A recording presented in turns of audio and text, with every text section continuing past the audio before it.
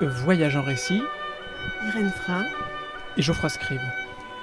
Eh bien, je suis très heureux de vous rencontrer, Irène Frein, pour parler de votre dernier ouvrage intitulé L'allégresse de la femme solitaire, un titre qui invite à la joie. Dans ce roman, aux éditions du Seuil, vous dites « Il est des vérités enfouies, dit-on, que la fiction est seule capable d'exhumer et d'exprimer. Peut-être parce que mon histoire personnelle m'a rendu très tôt sensible aux déracinés, aux langues menacées et à l'oppression de ce qu'il est convenu d'appeler les minorités culturelles.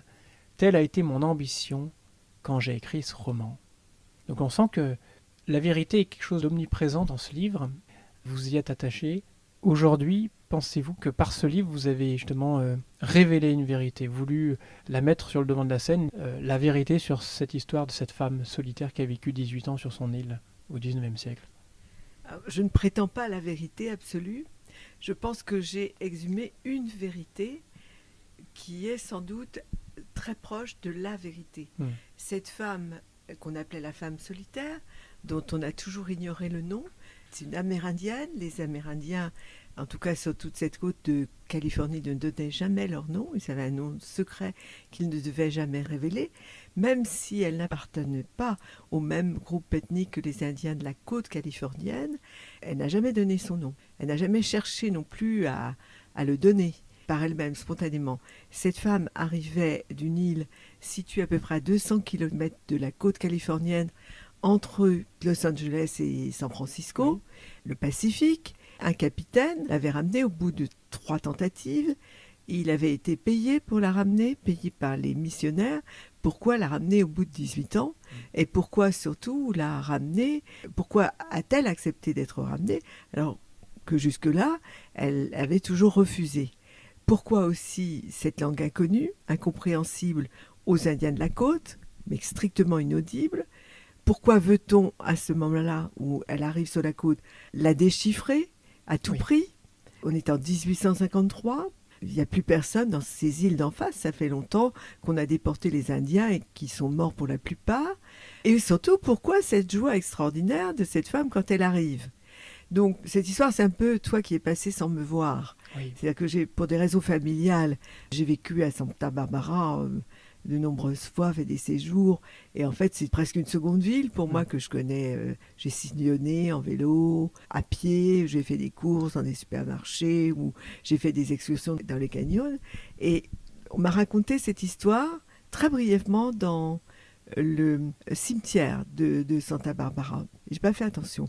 Et c'est beaucoup plus tard, finalement, si je me suis recueillie devant ce que j'ai cru être la tombe de cette femme, ça m'a profondément émue, mais j'étais pas sur On. Et donc, il a fallu le deuxième confinement que je me dise, je ne suis pas du tout sûre de revoir ma famille de sitôt. Et en rangeant mon bureau, je suis tombée très vite sur ces 2 notices que j'avais prises, qu'on m'avait données, je crois, à sortir de cette mission franciscaine, qui ne m'avait pas paru très intéressante. Et là, j'avais du temps devant moi, j'ai tapoté sur Internet, et je suis très vite tombée sur une chanson qui a sans doute 9000 ans, qui est la chanson qui a été conservée par un Indien qui était jeune au moment de l'arrivée de cette mystérieuse femme solitaire. Et il y avait 2 générations qui le séparaient, mais comme beaucoup d'Indiens, il avait exercé sa mémoire pour garder. Les anciens leur disaient exercez votre mémoire, ils apprenaient par cœur, et là il avait appris par cœur à la syllabe près, quoi, et même avec l'accent de cette femme qui n'était pas du tout le sien. Lui était Chumash, il n'était pas du tout des îles. Et donc le mystère est tombé sur moi, et je me suis dit, je vais essayer de comprendre cette histoire. J'ai tout de suite su que ce que je ferais, ce serait un roman, parce que sûrement pas un document, parce que tous les documents étaient très épars, ils étaient parcellaires, même les recherches des scientifiques qui ont établi que cette femme était vraisemblablement la dernière d'un peuple qui était arrivé sur cette île, descendant de Sibériens, qui avaient passé le détroit de Bering il y a 11 000 ou 9 000 ans du moment où je vous parle. Donc oui, je pense que le roman est seul capable de dire des vérités, et je pense aussi que les scientifiques américains qui ont étudié cette histoire ont pressenti cette vérité, mais pour des raisons politiques, et n'ont pas pu la dire, de peur de rallumer des conflits intercommunautaires. Vous savez, les Indiens, ils sont toujours opprimés et méprisés. Beaucoup d'Américains ont des idées plutôt trumpistes et pour eux, les Amérindiens sont des sous-hommes. Alors justement, vous parliez d'écriture liée à ce livre. Je me suis demandé si, par rapport à ce que vous venez de dire, une histoire personnelle, les confinements, la pandémie mondiale que nous avons connue, est-ce que ce livre, c'est une réponse par l'écriture, je dirais peut-être même par la joie de l'écriture, à une tristesse?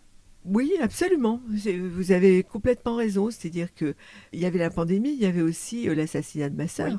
Je venais de publier un livre, je ne savais pas comment il serait pris par la justice, je ne savais pas si elle allait se réveiller. Ce livre a obtenu le prix Interallié, mais quelques semaines plus tard. Je ne pensais pas du tout avoir un prix littéraire. Et j'avais l'impression que tout s'écroulait. On était des millions à vivre ça, des dizaines de millions, mais que tout s'écroulait autour de moi. On a espéré, bien sûr, se revoir, mais l'horizon paraissait lointain. Oui. Donc pour moi, enfant déjà, l'écriture était une résistance, une résilience, un refus et la recréation d'un monde. Et c'est la joie de la femme solitaire. Dans l'histoire, c'est la joie qui m'a emporté. Elle prédomine tout le livre. Oui, elle prédomine, elle est énigmatique. La joie est une grâce, et comme toutes les grâces, qu'on soit croyant ou pas, elle est un mystère. Oui. D'ailleurs, dans les évangiles, il y a ce qu'on appelle les mystères joyeux. Et je parle ici indépendamment de toute religion. D'autres religions, comme le judaïsme hassidique ou les soufis chez les musulmans, sont des religions où la joie, ou des courants religieux, il y a la même chose dans le bouddhisme. Regardez le Dalai Lama.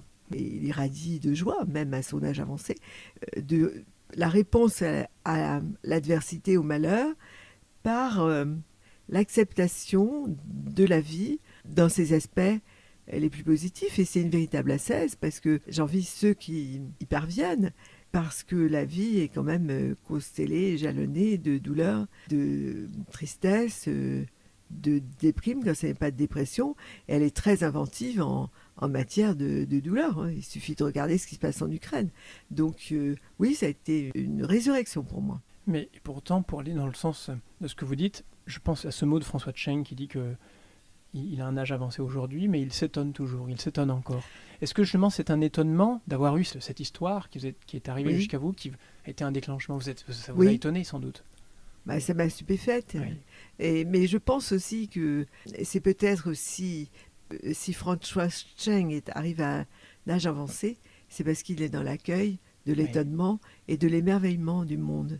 La télévision, les journaux télévisés, les chaînes d'information nous bombardent de tout ce qui est systématiquement abominable, douloureux, source de conflits, déferlement de haine, petite ou grande, ce qui ne va pas, pour résumer. Et il y a aussi moi qui parcours beaucoup la France actuellement, mais même je l'ai fait beaucoup, il y a des gens formidables en France, humbles, invisibles, qui ne se vendent pas et qui font des petites actions qui sont capitales pour la survie de leurs proches ou de leur communauté. Et il y en a énormément, et ces gens-là, on ne met pas en valeur. On met en valeur la violence, la haine. Et comme je le dis à la fin du livre, pour moi, j'ai écrit ce livre parce que je suis convaincue que pour la survie humaine, il est important de se mettre au service de ceux qui rassemblent plutôt que de ceux qui se séparent. Si on ne parle que de ceux qui séparent, on génère la haine, la violence et la mort. Je me suis demandé en lisant votre ouvrage à quel point vous vous impliquez vous-même dans ce que vous écriviez. Alors un simple trait, évidemment, on est plutôt dans les 2 tiers du livre. Gonzalez a tressailli comme un dormeur qu'on réveille en sursaut. Il a soufflé « La musique, console de tout ». C'est pour le roman ou c'est ce que vous pensez réellement ? Écoutez, justement, en lien avec ce que je viens de vous dire, eh bien, moi, à un moment, dès que je sais les nouvelles, les titres, eh bien, j'éteins la radio ou j'éteins la télévision. Je lis les journaux pour me renseigner. Je préfère les médias froids, je préfère la lecture pour étudier les malheurs du monde et les événements, et les analyser. Et puis, quand j'entends les nouvelles à la radio ou à la télévision, j'éteins et je mets de la musique. Écrivez-vous en musique ? Non, parce que la musique, elle vous happe et ça vous parasite. J'écris dans le silence ou bien dans le brouhaha de la maison. Ça ne me dérange pas, la vie d'une famille ou la vie de la maison. ça me dérange pas du tout, puisque quand j'écris, je suis complètement ailleurs. Oui, je pense que la musique, je peux pas en écouter en écrivant, parce que c'est un monde en soi, donc, Oui. où on écoute de la musique, où on écrit, et je suis extrêmement concentrée. Les bruits ne me dérangent pas, les bruits de la maison, les bruits de la famille. Mais je suis extrêmement concentrée, je suis complètement ailleurs.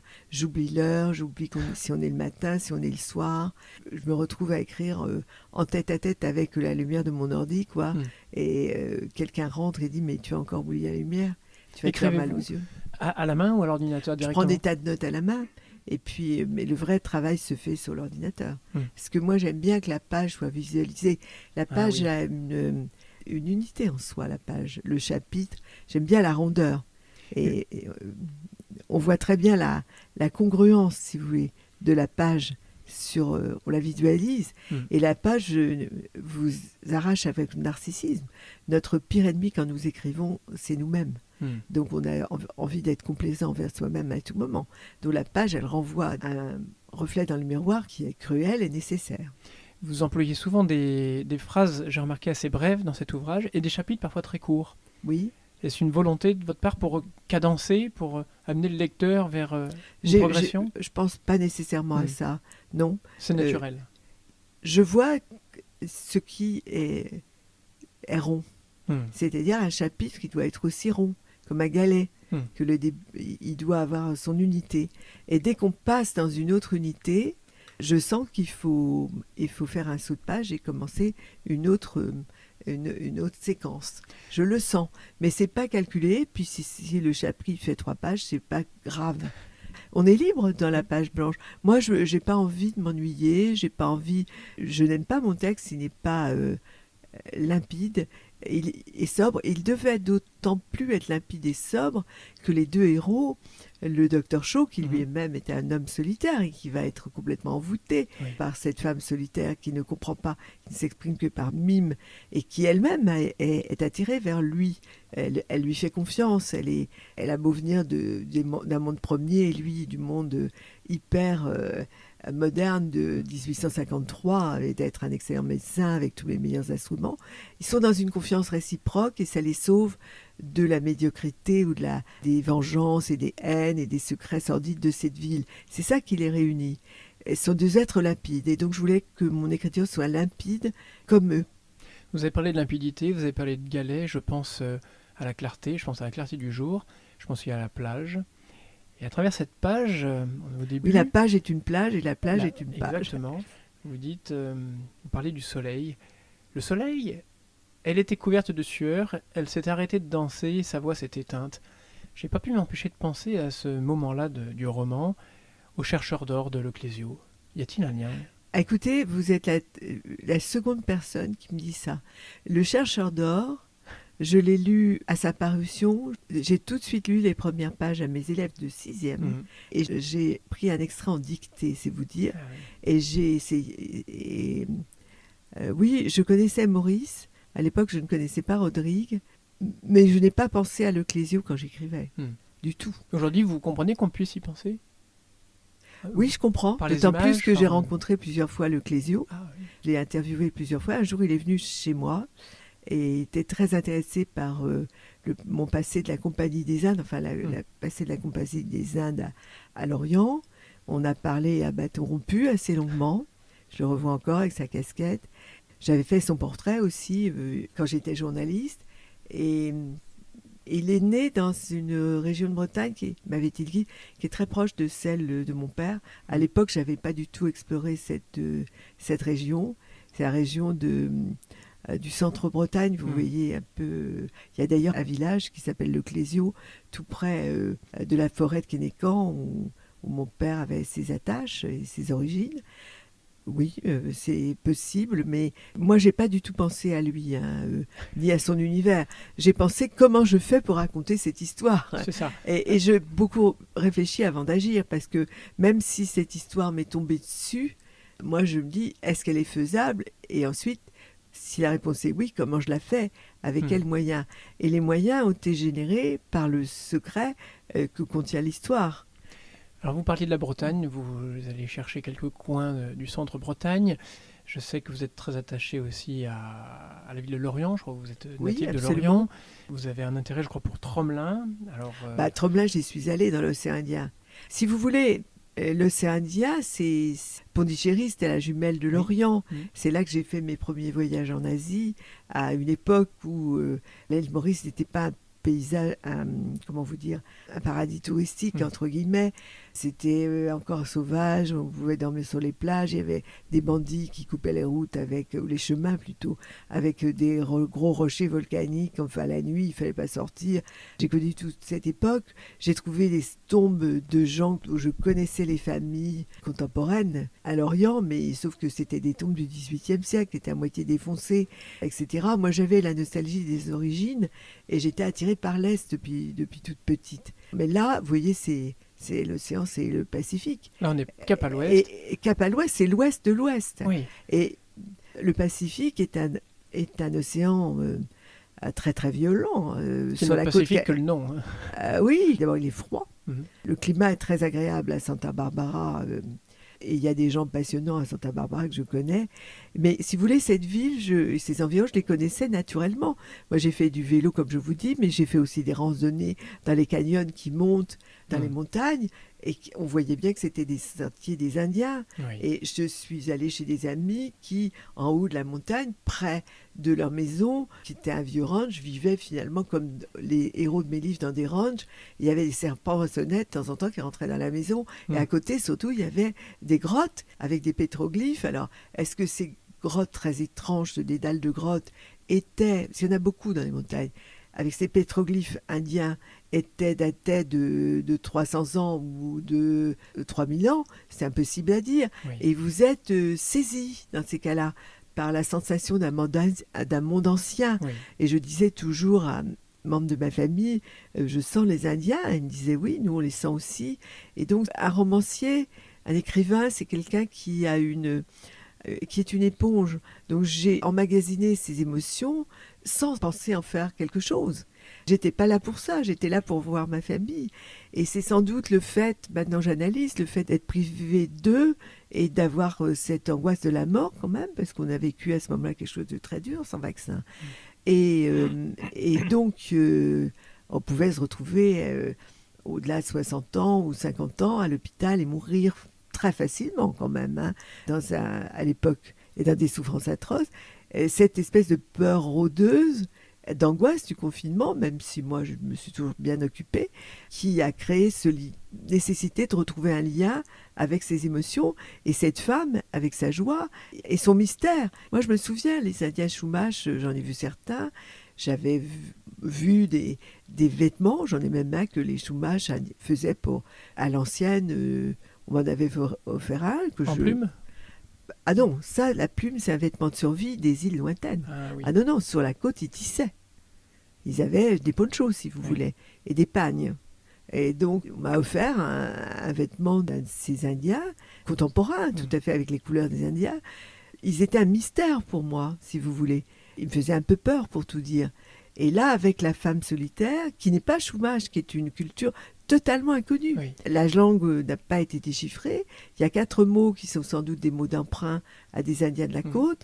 L'île où elle vivait, c'était vraisemblablement, selon les scientifiques, un centre chamanique où les Indiens de la côte venaient à certaines périodes de l'année où l'île était accessible, parce que l'île est extrêmement sauvage. Elle est violente, elle est entourée de champs d'algues.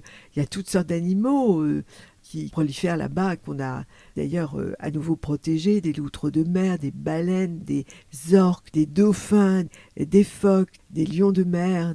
Enfin, c'est absolument incroyable. Oui. Mais l'île, il faut être un Indien qui manie un canoë pour venir encore par beau temps. Donc les Indiens, ils venaient à certaines périodes de l'année très précises, tous ensemble pendant quelques jours, parce qu'elle était peuplée de guérisseurs et de chamans. Mais vous savez, les chamans, le chamanisme des Amérindiens, c'est du chamanisme sibérien. Oui. Moi, je l'ai connu. quand je suis allée pour un de mes livres au fin fond de la Sibérie, j'ai vu des chamans. D'ailleurs, je les ai vus dans une ville, entre un magasin Ikea et un supermarché d'alimentation, dans une ville perdue à la frontière de la Sibérie, de la Mongolie. J'ai même demandé une consultation pour ma fille, vous voyez. Mais j'ai vu une cérémonie autour de tipis, et les tipis, c'était les Asiatiques de Sibérie qui les avaient inventés. Vous êtes attaché à cette culture, je reviens à cette chanson qui a été fort heureusement enregistrée, que nous pouvons retrouver aujourd'hui sur YouTube par exemple. Oui, vous croisez Fernando Librado, Toki Toki, comme ça se prononce avec un K. Ça m'a fait penser à Michel Serres qui disait qu'il mettait en garde par rapport à ce qui arrivait aujourd'hui aux Français avec l'invasion du Globish. Il disait attention, parce que la perte d'une langue en général, c'est la perte d'une culture. C'est la perte de l'humanité. Écoutez, moi j'ai été privée de ma langue bretonne. Je dis ma langue parce que je suis bretonne et on ne me l'a pas apprise et j'aurais bien voulu l'apprendre. C'est pas agréable de se sentir étranger dans son pays et il est un peu tard pour apprendre. Je connais des mots, chaque fois que je peux, j'apprends un peu, mais je ne connais pas la grammaire. J'essaie de chercher la signification des noms, etc. J'adore ça. Mais les peuples opprimés, nous Bretons, nous avons été opprimés, nous avons été privés de notre langue et j'ai toujours vécu dans la soif des origines. Et là, c'est les origines des origines des origines et ça te fascine. J'ai écrit un texte dans Je te suivrai en Sibérie où j'écris « J'aime les traces ». Vos auditeurs peuvent d'ailleurs retrouver sur le net une conférence que j'ai faite récemment pour l'école des Chartes qui s'appelle La passion des traces. C'est chevillé à mon corps, donc c'est un livre sur les traces, mais c'est aussi ce médecin qui est attiré par cette femme avec un amour d'une limpidité totale. C'est un amour sans doute platonique, le mot n'est pas prononcé, c'est au lecteur de se faire une idée, mais il l'aime en tant que représentante de l'humanité et c'est l'homme moderne, l'homme blanc qui la cerne et qui peut-être va la détruire et lui veut la sauver parce qu'il a compris.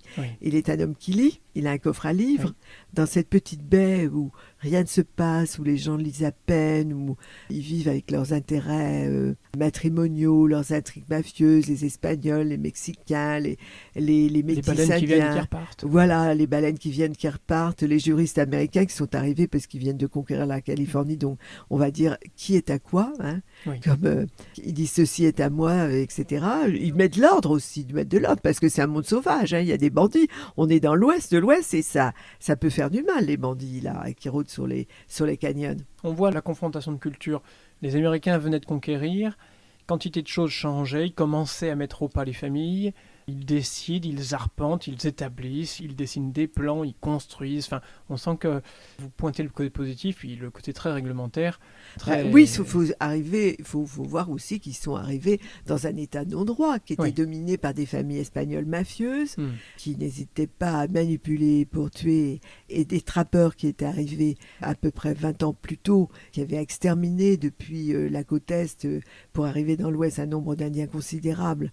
Ces premiers exterminateurs, parce qu'ils arrivaient sur des territoires où ils voulaient des fourrures et ils tuaient les animaux, donc les Indiens étaient chez eux, donc ça se passait pas bien et ils exterminaient de façon assez abominable, ils ramenaient des scalps, certains de ces trappeurs portaient des scalps derrière leur veste, Davy Crockett là qui nous plaise tant, et certains en avaient des fourrures de scalps indiens, ils se couchaient sous des couvertures faites de scalps en patchwork si vous voulez, c'est cette violence là, et les Américains qui arrivent, les Yankees, ils veulent mettre fin quand même à cette violence. Ils poursuivent ils arrivent avec le droit.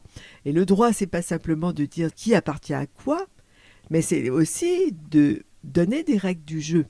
Dans les rapports comme le juge Fernald, qui est un des héros du livre, qui est la seule amie du médecin, le docteur Shaw, une amitié entre hommes aussi. J'avais une belle amitié entre hommes que j'avais envie de décrire. J'avais envie de mettre en scène aussi des hommes en tant que femmes. Et cette amitié entre hommes qui est souvent faite de non-dits. On se comprend avec les femmes, elles sont dans la parole, beaucoup plus. Et ce sont des déracinés. Ils ont quitté la côte Est. Dr Shaw a quitté l'Écosse, c'est un Celtique. Et il connaît aussi une quantité de langues, comme c'était souvent les médecins de marine qui voyageaient beaucoup, qui étaient des gens très très cultivés souvent. Et il avait lui-même rencontré beaucoup de peuples premiers déjà, ou d'autres cultures. Il avait été toujours ouvert aux autres cultures. Mais si vous voulez, ils se retrouvent, eux, des déracinés humanistes, au milieu de gens très violents et qui ont des secrets. Toute la ville sait qui est la femme solitaire, même les enfants. Et ce livre, c'est aussi le point de vue de chacun. Oui. Parce que le livre est choral, mais pas du tout comme chacun ne s'exprime pas à son tour dans des chapitres. Bon, on aurait dit Dr Shaw, chapitre suivant Fernald, chapitre suivant les enfants. Non. En fait, le Dr Shaw cherche à comprendre et c'est naturellement qu'il recueille des bribes. Et à la fin, les bribes, par l'intermédiaire de Capitaine Horn, qui est proche de la mort et qui donc n'a plus rien à perdre vis-à-vis de cette bande de pourris, si vous voulez, pour être un peu familier, va racoler les bribes et les morceaux, sauf que des éléments des puzzles sont connus des Indiens. Et l'Indien qui termine l'affaire, c'est celui qui a enregistré la chanson, Fernando Librado, dont les propos sont la matière d'un livre publié des années plus tard, à partir des fiches de l'homme qui l'avait enregistré, Harrington, qui était le premier, je pense, à s'intéresser aux Amérindiens d'un point de vue anthropologique et linguistique. Il n'avait rien fait de ces milliers, centaines de milliers de fiches. Ce sont ces étudiants qui ont rassemblé les propos de Librado. C'est un témoignage incroyable sur la culture indienne, notamment celle des îles, et ça s'appelle Souffle du soleil. Ce livre est tellement explosif sur ce qu'il raconte, sur la façon dont les Blancs, qui connaissaient très bien, qui l'aimaient pour certains, ont traité les Indiens, qui n'est pas réédité. Il n'existe que 500 exemplaires au monde, et l'un d'entre eux, c'était ça aussi qui me manquait pendant le confinement, et j'ai réussi à en trouver un à Noël, à la bibliothèque de Santa Barbara. Ah oui. Une bibliothèque incroyable d'ailleurs, avec des défenses de mammouths. Une bibliothèque comme on voit dans les bandes dessinées, vous savez, de Jacobs, Blake et Mortimer, des années 30. Quoi. C'était incroyable de découvrir ce livre rarissime. Donc effectivement, il y a une documentation très poussée dans le livre, mais moi je voulais que ce soit un livre qui file comme ça. Et donc l'élégance, c'est qu'on ne voit pas que c'est documenté. On ne peut que le soupçonner. On peut même traverser tout le roman n'ayant oublié qu'on a lu que c'était une histoire vraie. Et à la fin, on se dit, mais ah oui. Oui, tout le monde me dit ça. On accède à YouTube, on entend cette chanson, on se dit, ah. Mais alors, on comprend qu'en fait, elle cherche à retrouver les siens, qu'ils soient des êtres spirituels. Alors c'est une femme qui a vécu dans la culture des temps premiers. Elle s'est sans doute représentée la côte autrement, mais peut-être se croit-elle au paradis, c'est au lecteur de le dire, mais elle cherche surtout à comprendre le fonctionnement. Et elle fouille dans les tiroirs de la femme du capitaine, qui est une femme très bonne avec elle. Elle veut comprendre qu'est-ce que c'est que ces vierges qui sont sur des tableaux, vous savez, sur des vierges mexicaines qui ressemblent à des papillons épinglés. Vous voyez, pourquoi toutes ces dorures? On lui apprend le credo, elle apprend le credo. Elle a Paternoster, elle avait Maria. Elle essaie de comprendre comment on fait la cuisine. Elle s'émerveille de tout. Mais en même temps, elle est fine. Et elle repère aussi ses ennemis. Et elle les reconnaît. Et elle voit bien, elle démêle les âmes parce que elle était vraisemblablement chamane. Donc, même si elle avait une vision du monde à elle, elle comprenait quand même ce qui se passait. Elle voyait, elle avait tout de suite compris que le docteur Shaw allait l'aider, par exemple. Alors, si vous voulez, ce qui est très important pour le livre, c'est que la vision des Indiens, c'est qu'il n'y a pas de temps. Le futur, le présent et le passé coïncident. Et c'est un livre sur la coïncidence du passé et du présent. Je pense que c'est ça, que la différence qu'elle a avec les autres. Mais les autres comprennent aussi que le passé existe avec leur présent. Ceux qui ont fait des saloperies sont rattrapés par leur passé, comme c'est généralement dans la vie. Et ceux qui ont un passé souvent qui, pour des raisons affectives, un malheur, c'est le cas du docteur Shaw qui a perdu sa femme. La leçon de la vie, c'est qu'il faut dépasser le malheur. Et que la seule façon de dépasser le malheur, c'est pas de le nier, c'est de l'accepter et de continuer à vivre. Et on ne peut continuer à vivre qu'avec les autres. Et le docteur Shaw, qui a tant de mal aussi à écrire, dès qu'il comprend ça, il arrive à écrire vraiment des bouts de récits sur la femme solitaire. Et c'est aussi un livre sur les bienfaits de l'écriture. Ce sera ma toute dernière question, justement. Est-ce que vous avez prononcé le mot de l'âme tout à l'heure? Est-ce que vous-même, en écrivant ce livre, est-ce que vous avez prié peut-être cette indienne d'intercéder vers vous pour vous aider à l'écrire, ce roman? Alors, je n'ai pas prié, mais il m'est arrivé... Vous lui avez demandé de l'aide, peut-être? Non. J'ai une façon de faire. Je fermais les yeux, je pensais à elle. Et Vous savez, c'est difficile d'écrire, on se réveille la nuit, on fait des fiches, on fait des bouts de récits, on se relève. C'est comme de s'occuper d'un nouveau-né. Hein. On est constamment pris et on vit dans un autre monde parallèle. C'est très très dur, c'est himalayesque par moments. Mais ça, il ne faut pas en parler, parce qu'il ne faut pas que ça se voit, pour que le lecteur... Je crois que ça ne se sent pas dans le livre. Eh bien, actuellement, je ne suis pas déprise de ce livre. Je ferme les yeux, je vois mes personnages, j'essaie de la voir, et il y a des moments, dans une sorte d'état subconscient très étrange, je la vois, et il arrive même que je vois les visages de mes personnages, alors que, dans leur diversité, alors que pour la plupart, je n'ai jamais eu de photo. Ouais. Et là, ça me fait frissonner, parce que je pense que si c'est vrai, je l'accueille, si c'est faux, c'est pas grave.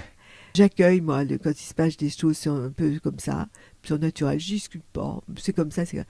Je pense que peut-être, il y a eu une sorte de communication avec les esprits auxquels elle croyait. Il s'est passé des choses étranges. Si c'est cinglé de penser ça, c'est pas grave.